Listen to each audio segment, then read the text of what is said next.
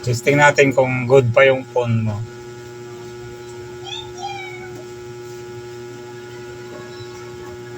So ayun, nagsa-charge naman siya ng normal Ning. Nagsa-charge siya ng normal, yun na nga lang, walang display. So baklasin natin ha.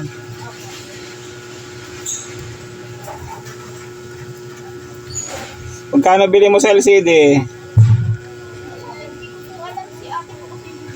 Ate mo lang.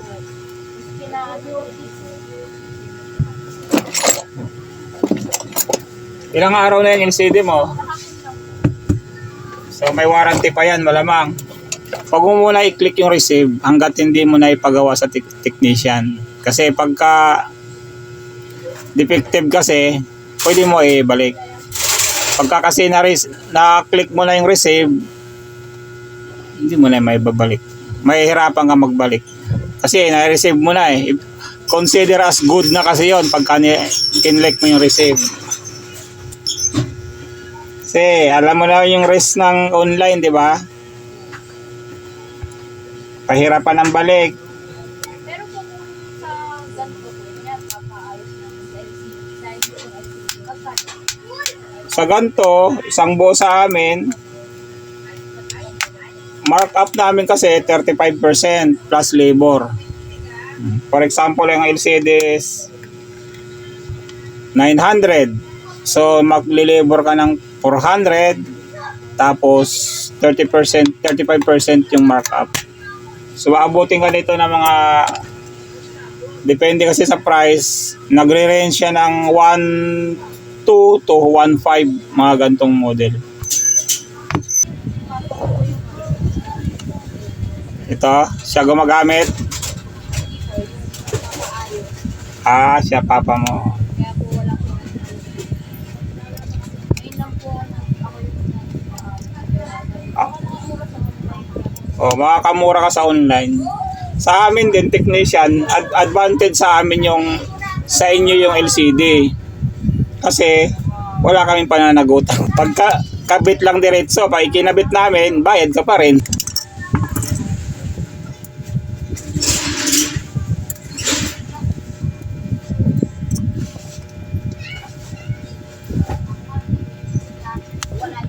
Matigas pa pala battery mo. Kala ko ba nabuksan na to? mapapaayos din po ba yung papagal yung charge? Oo. Charging port na may charging pin yung papalitan dito. Pagka mabagal. Kasi kinalawang na eh. Magkano po ito? Yung charging port nito, 150 sa pyesa, 300 pa rin sa labor. Pero kung ipapagawa mo ng sabay ngayon, ano ka na lang, additional 100 sa labor, tapos yung pyesa. Para makatipid ka. Kasi mabagal talaga to. Magdamag ka nagcha-charge. Ano na yung pud na yung charging port mo. Yan. Buka na nga eh. Additional ka to 50. Gawin mo ng 500 lahat. Palitan ko para sa'yo. Sige. Para isang bukasan lang. Kung sabay-sabay mo pagawa, nakatipid ka ng labor.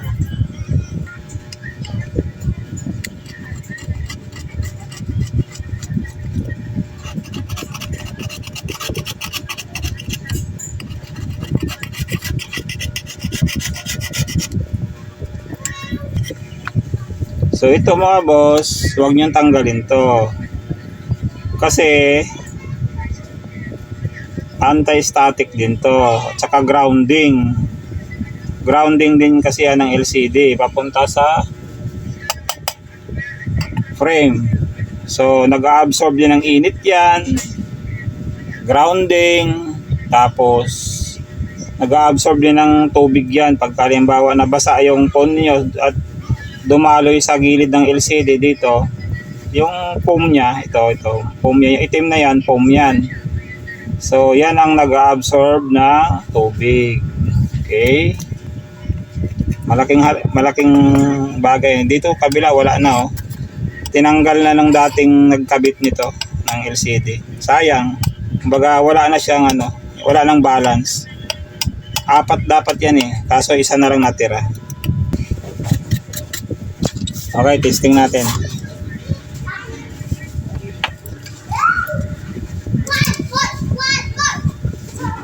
So ito yung lumang LCD, hindi tinanggal yung ito kasi grounding to ng flex para hindi masyadong, hindi agad-agad lulutong yung flex, grounding niya. Ito. Yan. Yan. Saka dikit din para hindi gagalaw-galaw.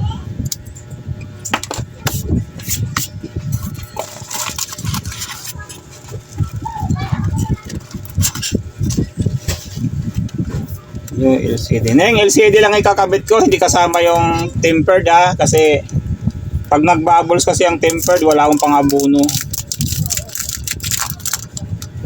Hindi kasi basta-basta magkakabit ng tempered niyan. Pagka konting pagkakamali mo lang, bubbles na. Eh mabuti sana kung mayroon akong ganyan, pwede kong abunuhan. Testing natin. So ang tatak ng kanyang LCD, ano to, all parts ang sticker.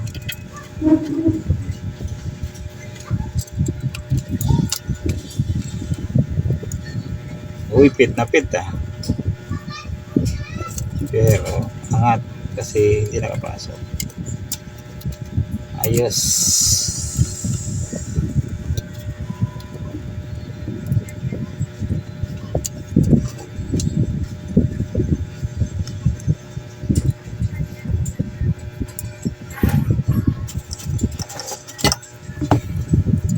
Testing.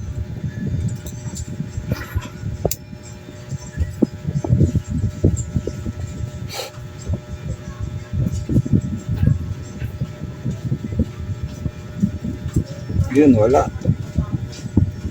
Hindiin na natin. Power button. Puk. Wala. Pa-suspense pa to eh.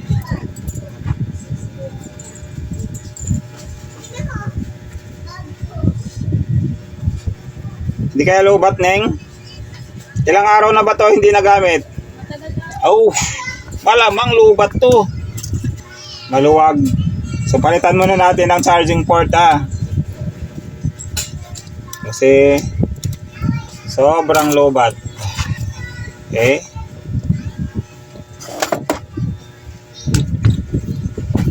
Palit muna tayo ng charging port.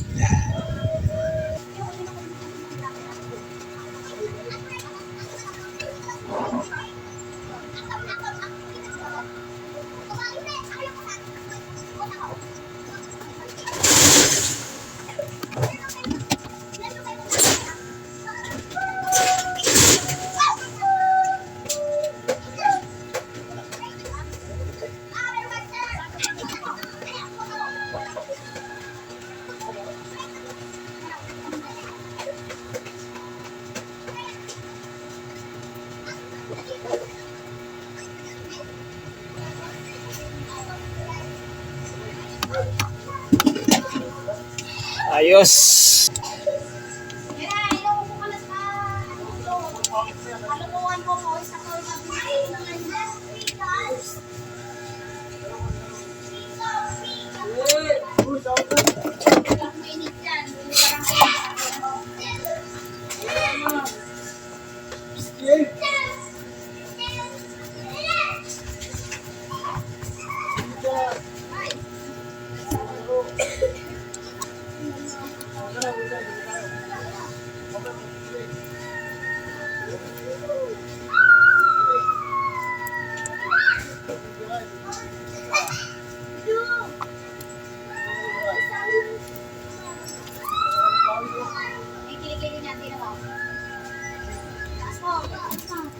Charging.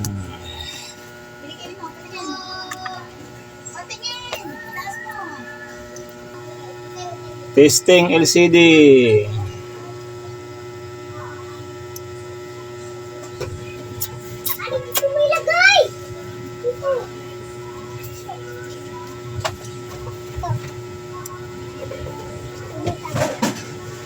Christmas tree. Finish. Finish that up. Please, Laban. Pasta.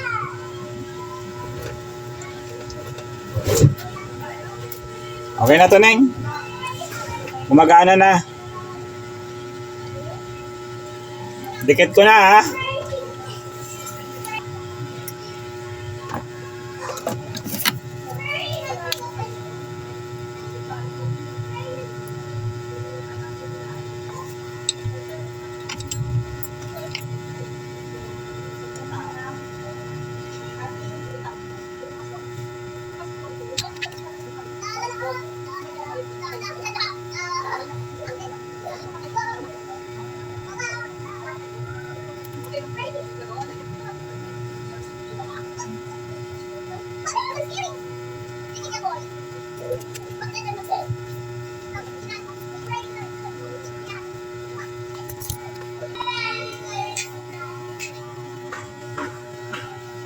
Tingnan natin camera. Dikit. Grounding. Ito yung grounding niya.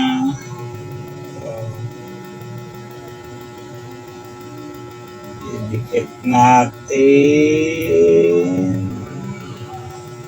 Yan.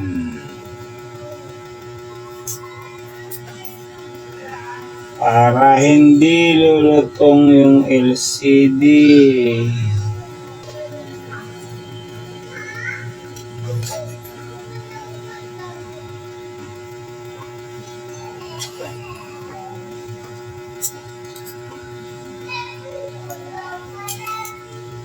Ayos.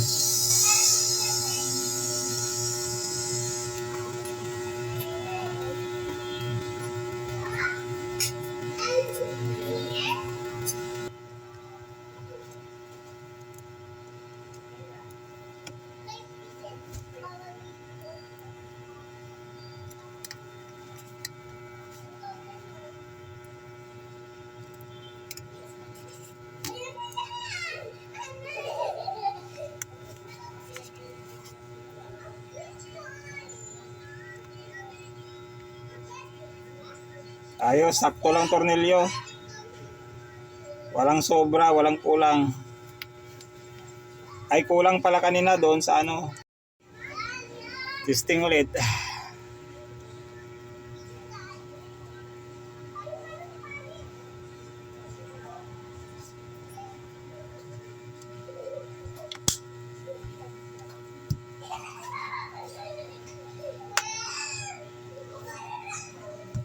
The Christmas tree. Finish.